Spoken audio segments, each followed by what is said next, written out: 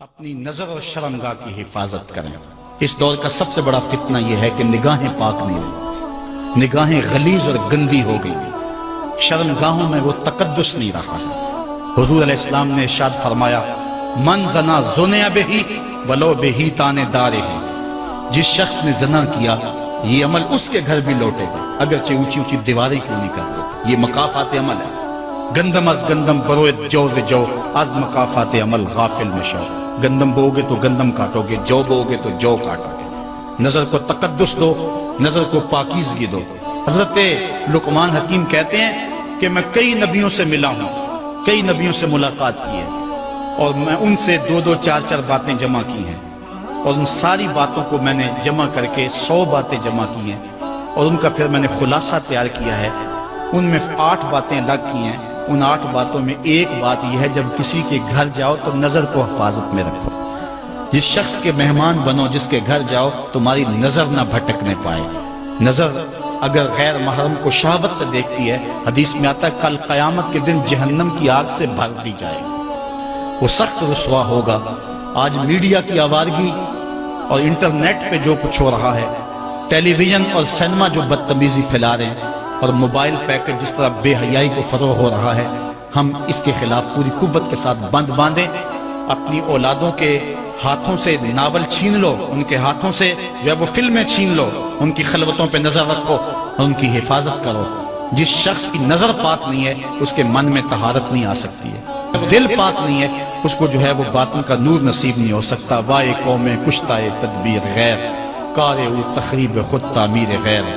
از حیا بیگانہ پیرانے کہن، نوجوانہ چوں زنا مشغول تن۔ کتنی حکمت والی بات کہی اقبال نے۔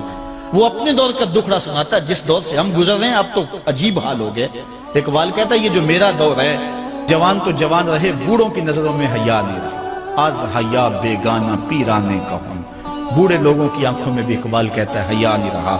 نوجوانہ چوں زنا مشغول تن، اور نوجوان عورتوں کی طرح اپنے تن کے ساتھ لگے ہوئے ہیں، اپنے تن کو سنوارنے میں ہر وقت کنگھی پٹی میں لگے ہوئے ہیں۔ یہ مردوں کا کام نہیں ہوتا، یہ دلیروں اور بہادروں کا کام نہیں ہوتا، یہ عورتوں کے وظیفے ہیں۔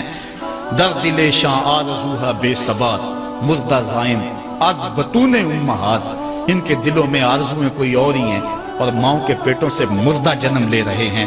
دخترانے ہو بزلف خود اسیر، شوخ چشموں خود نماؤ خردہ گیر۔ اور قوم کی بیٹیاں اپنی زلف کی خود قیدی ہو چکی ہیں، اور ہر وقت جو ہے وہ اپنے آپ کو آئینے میں دیکھتی رہتی ہیں۔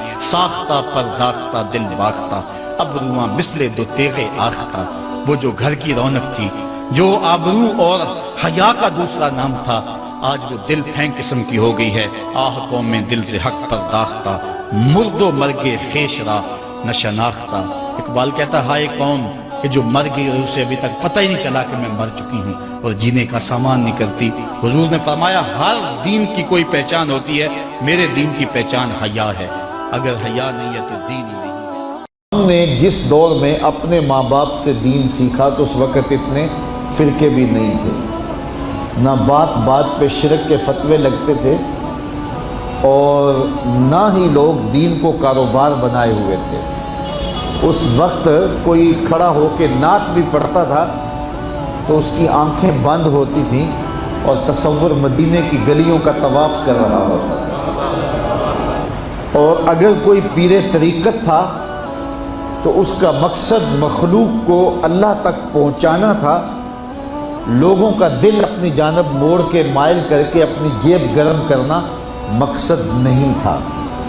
اس وقت عالم دین لوگوں کی عقیدتوں کو سمیٹ کر کے، گھیر کر کے، اپنی عقیدت کے دائرے میں ڈال کر کے ان سے سطحی مفاد حاصل کرنے کا دھندا نہیں کرتے تھے۔ اس وقت عالم دین بندے کو گناہ سے نکال کر کے اللہ کی دہلیز پہ سجدہ ریز کرنے کا کام کرتے تھے۔ اور آج ہم دیکھتے ہیں کہ فرقہ پرستوں نے اسلام کو توڑ کے رکھ دیا، اور جو لوگ بیچارے اللہ کے حضور سجدہ ریز ہوتے ہیں ان پر شرک کے اور بدعت کے فتوے لگا کر کے ان کو اسلام سے بدزن کرنے کی کوشش کی، اور نعت خوانیاں ایک بہت بڑا کاروبار بن گیا، اور پیری مریدی ایک بہت بڑا دھندا بن گیا، تو اس دور کے اندر اپنی اولاد کو سنبھالنا، وہ طرح طرح کے سوال کرتی ہے، پوچھتی ہے، تو پھر ان کو دین پر مطمئن رکھنا اتنا آسان کام نہیں ہے۔ ہمارے والدین نے ہماری تربیت کی تو ان کے لیے قدرے آسان تھا، لیکن ہمارے لیے اپنی اولاد کو سنبھالنا اور دین کی راہ پر ڈالنا قدرے مشکل ہے۔ لیکن ہمارے والدین نے جو آسان کام کیا تھا اس کے لیے بھی بڑی محنت کی تھی، اور ہم اپنی اولاد کے لیے کیا اتنی محنت کر رہے ہیں جتنی محنت ہمارے والدین نے ہمارے اوپر کی تھی۔ تو اگر ہم نہیں کر رہے تو پھر ہماری اگلی اولادیں یا ان کی اگلی نسلیں پھر کن ہاتھوں میں ہوں گی؟ تو اس لیے ہمیں خاص طور پہ سوچنا چاہیے۔ میں نے قرآن مجید کی جو آیت کریمہ پڑھی ہے اس میں ارشاد فرمایا، اپنے آپ کو اور اپنی اولاد کو دوزخ کی آگ سے بچا لو جس کا ایندھن انسان اور پتھر ہے۔ تو مجھے اور آپ کو اپنی اولاد کی حفاظت کرنی چاہیے۔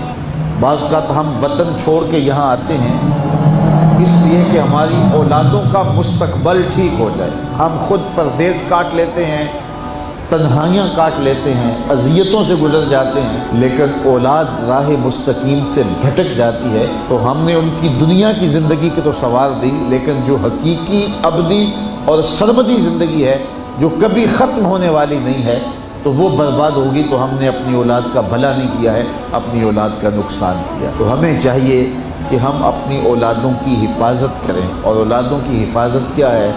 ان کے اخلاق اچھے ہوں، ان کا کردار خوبصورت ہو، ان کے دین کی حفاظت ہو، اور وہ ایک صالح، سچے اور کھرے مسلمان کے صورت اپنی زندگی گزارنے کی مشق کریں، اور اس کا عملی نتیجہ ہماری آنکھوں کے سامنے ہو۔ میرے حضور نے ارشاد فرمایا کہ اپنی اولادوں کو 3 چیزیں سکھاؤ۔ پہلی چیز حب نبیکم، اپنی اولاد کو نبی کریم علیہ السلام کا پیار سکھاؤ۔ دوسری چیز وحب اہل بیت ہی، اور حضور کے اہل بیت کا پیار سکھاؤ۔ اور تیسری چیز وتلاوت القرآن، انہیں قرآن مجید کی تلاوت کرنا سکھاؤ۔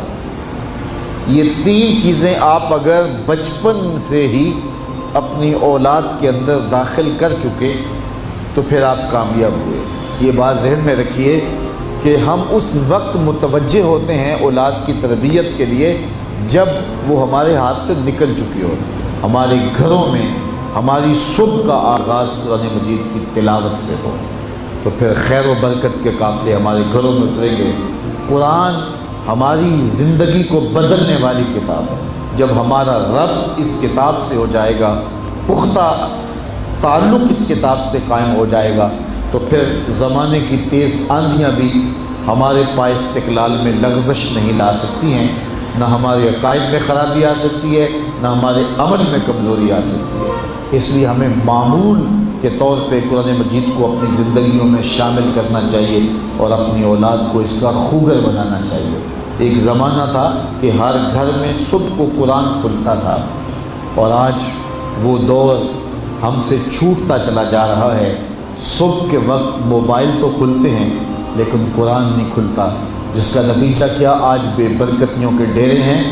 کثرت مال کے باوجود بھی ہم بے برکتی کی بات کرتے ہیں، اس لیے کہ ہمارے گھروں میں قرآن مجید کا چراغاں نہیں ہے۔